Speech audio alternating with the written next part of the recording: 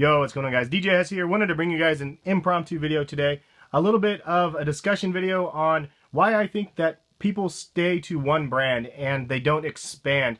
I think I'm probably a good person to discuss this because I've stayed with Nike and Jordan brand for over a decade.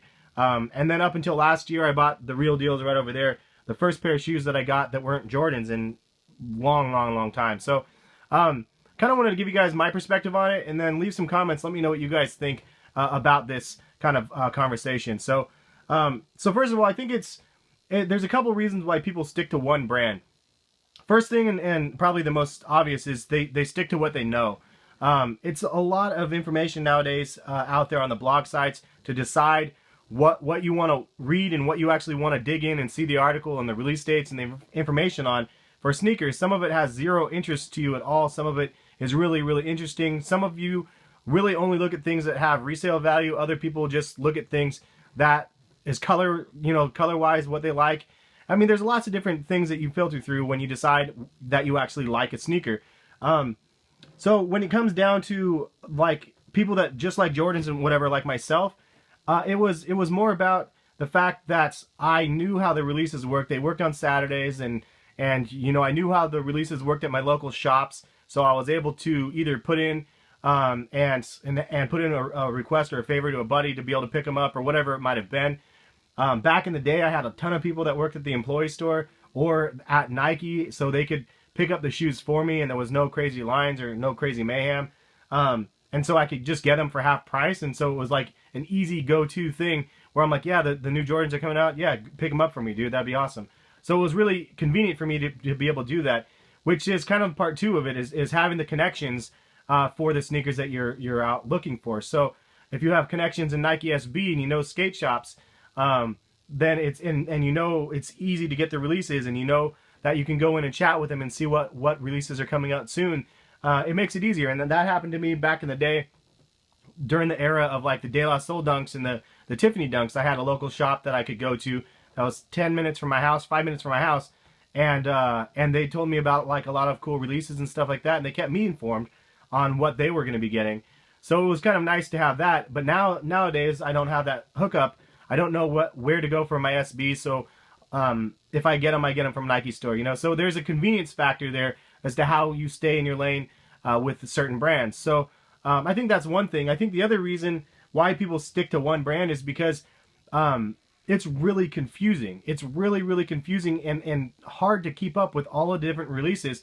And this weekend is a prime example. There's so many drops this weekend from random sneakers, anything from the Supreme Foamposites tomorrow to like the Ronnie Fieg like pack that's happening at Kith on Saturday at whatever time that's at. Last night there was an Anteater Saucony collaboration that dropped at 1 a.m. in the morning, or 2 nights ago at 1 a.m. in the morning. We have the Jordan 1s and 9s this weekend.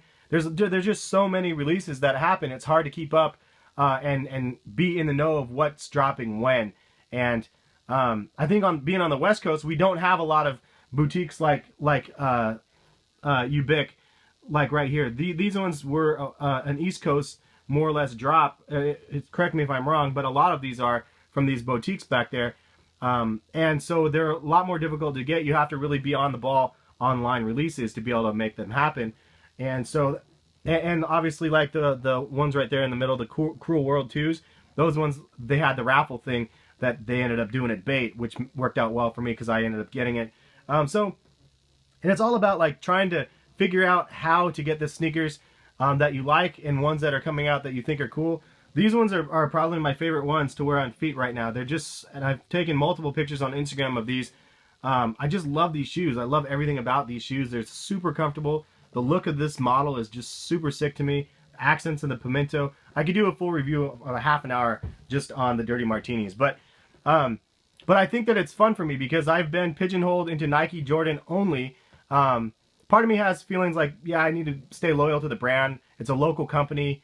You know, I'm 10 minutes from headquarters, and you know, I don't want to be caught in non-Jordans or non-Nikes. But the other part of me now is like, you know what? It doesn't really matter. I mean, it's all sneaker love, and I think that real sneaker people recognize that.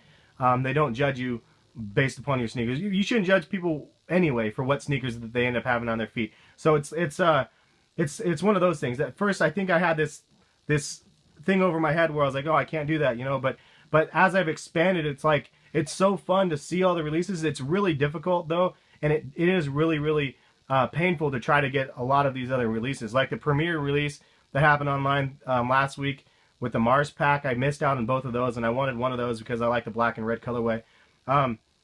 But also it's another reason why it's hard to expand is because of the labels being put on you. If you expand to another brand, like me expanding to Saucony, people will call me a bandwagoner or a hype beast or whatever it might be.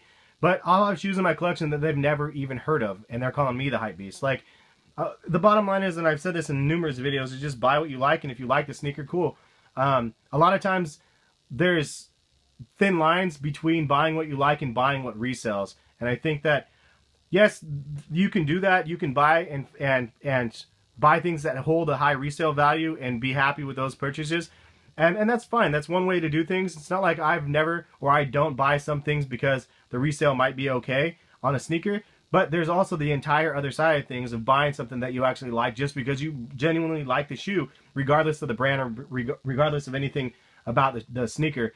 So I think that there's some stigmas to trying to reach out and expand to other brands.